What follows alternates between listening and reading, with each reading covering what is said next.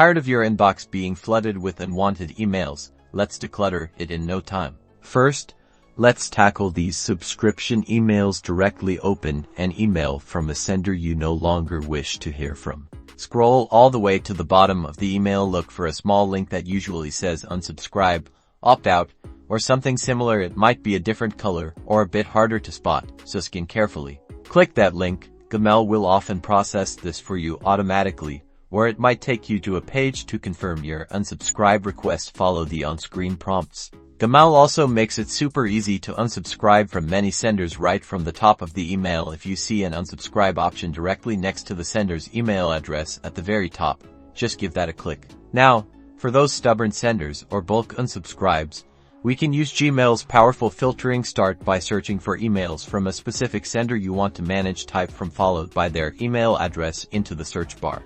Once you've searched, click the options icon, usually a little downward pointing arrow or 3 dots, to open up advanced search options. Here, we can tell Gmail what to do with these emails. For a clean sweep, check the delete it box. This will automatically send all future emails from this sender directly to your trash. Alternatively, you can choose to skip the inbox, archive it if you prefer to keep them but out of sight. After selecting your preferred action, click Create Filter.